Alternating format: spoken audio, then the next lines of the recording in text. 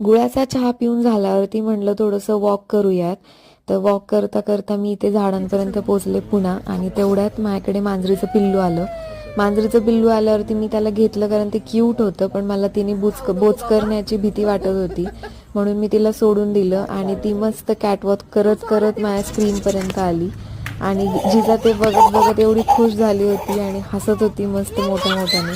तेवढ्या संध्याकाळ झाली होती, म्हणून मग आम्ही म्हटलं की इथेच मसाले भात टेस्ट करून बघूयात.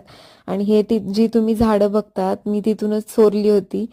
जास्वंदाची वेगळ्या वेगळ्या कलरची फुलं होती, सो मग मला ती फांद्या घ्यायच्या होत्या.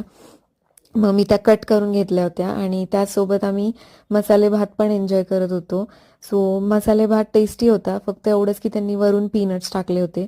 त्याचसोबत मला तिथे वॉक करता करता खायच्या पानांचा वेल दिसला, म्हणून म्हणलं याचा पण एक आपण फांदी तोडून घेऊयात.